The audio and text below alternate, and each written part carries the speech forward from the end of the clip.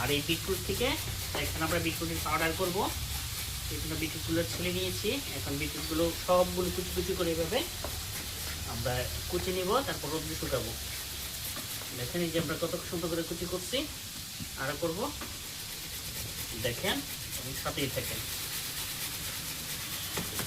এটা খুবই উপকারী যাদের ডায়াবেটিস এবং হাই প্রেশার আছে তাদের জন্য। আপনারা জানেন, যারা শুকিয়ে পাউডার সংরক্ষণ করতে চান তাদের জন্য এই টিপস।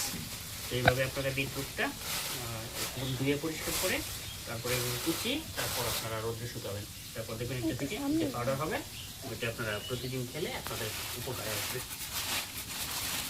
তো দেখেন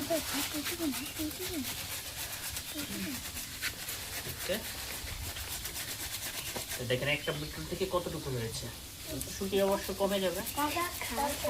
ওকে, দেখা হবে নতুন ভিডিওতে। Bye bye.